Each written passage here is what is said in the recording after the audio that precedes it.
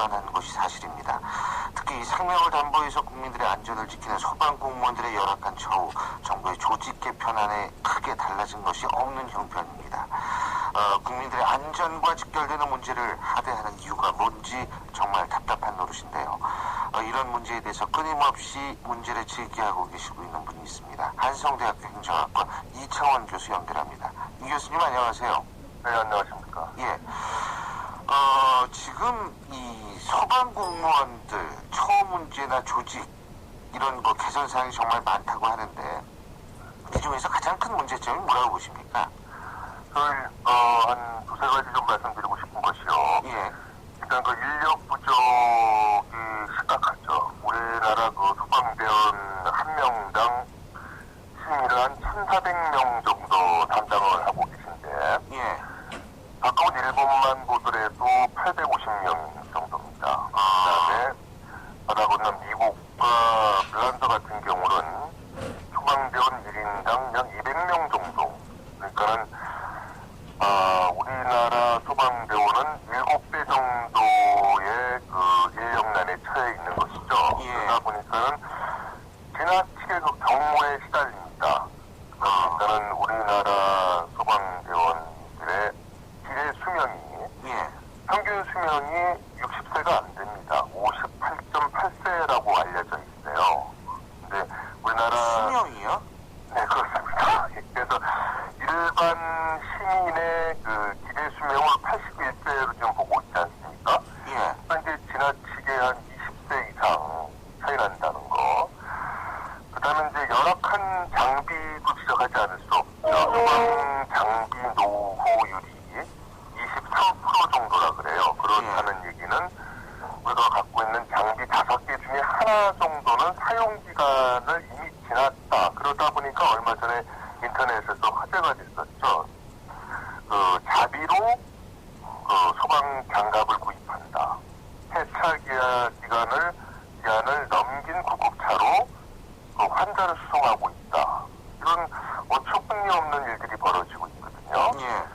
그러다 보니까 단순히 그 장비가 열악하다는 것뿐만 아니라 격차가 지금 지역 간의 격차가 더 심각하다 그래요. 경기도가 1년간 개인 안전장비 보강 예산이 112만 원인데 예. 바로 옆에 있는 강원도는 11만 원에 지나지 않는다. 그 얘기는 10배 정도 차이 난다는 거거든요.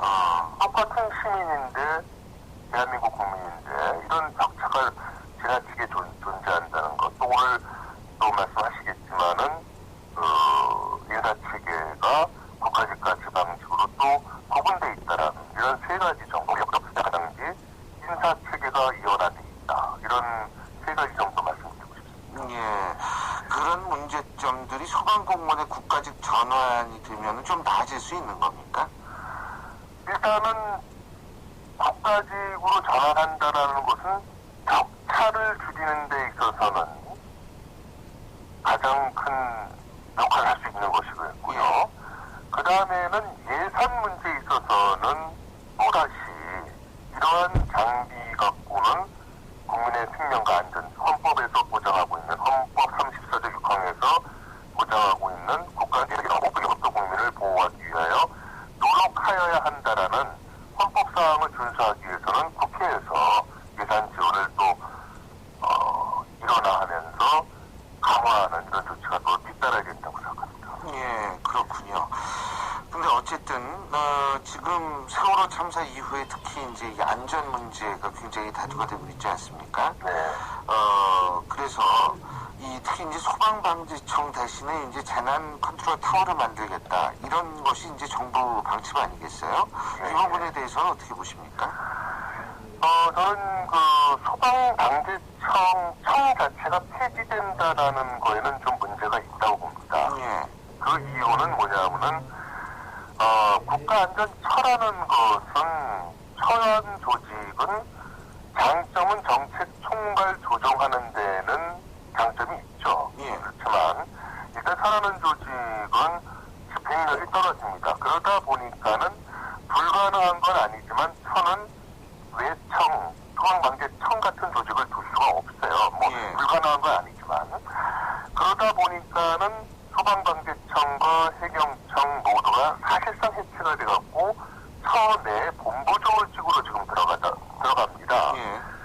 그러다 보면은 기본적으로 육상의 소방, 해상의 해경은 재난에 신속하게 대응하기 위한 대응 집행조직 아니겠습니까? 예. 그렇다면은 외청 형태로 해서 일사불란함을 강조하는 것이 세월호 사태에서 배운 우리의 교훈을 실현하는 것이 아닌가, 저는 그런 견해를 갖고 있습니다.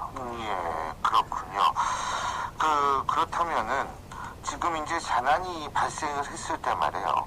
네. 일사불란하게 좀 대응을 해야 하는데, 지금 아까 교수님께서도 말씀을 하셨습니다만 여러 가지 문제점이 있는데, 이런 부분들을 그러면 어떻게 차근차근하게 조직뿐만이 아니라 개선을 해야 된다고 보십니까?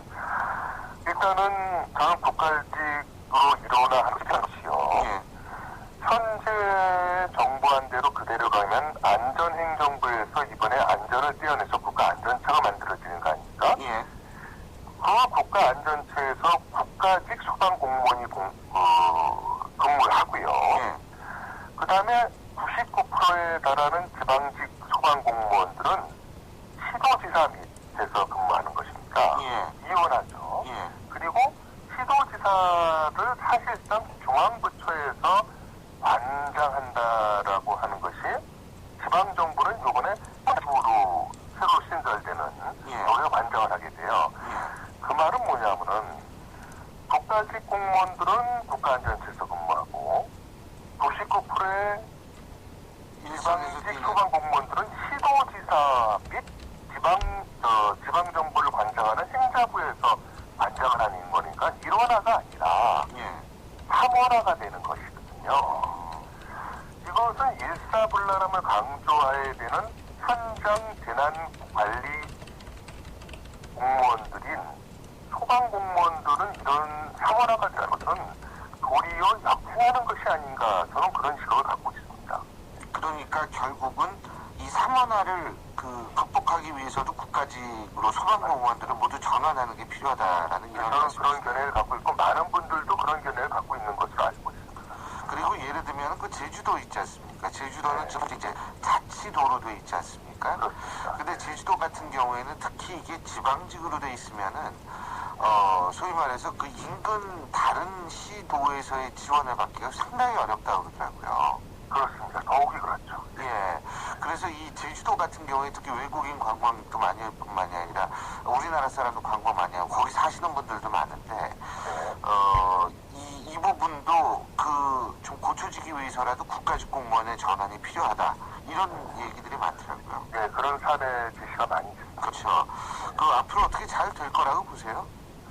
일단은 8월에 국회에서 정부조직법 논의가 이제 실질적으로 이루어질 것으로 보이고요. 예.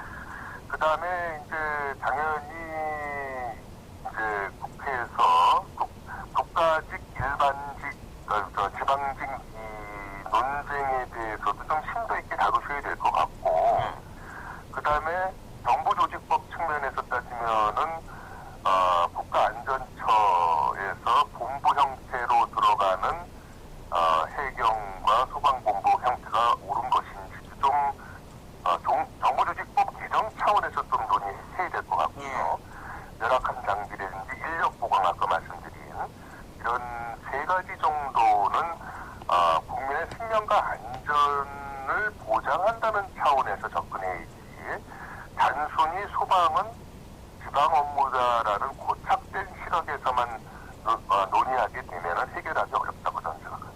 예, 잘 알겠습니다. 오늘 말씀 여기까지 듣겠습니다. 고맙습니다. 네, 감사합니다.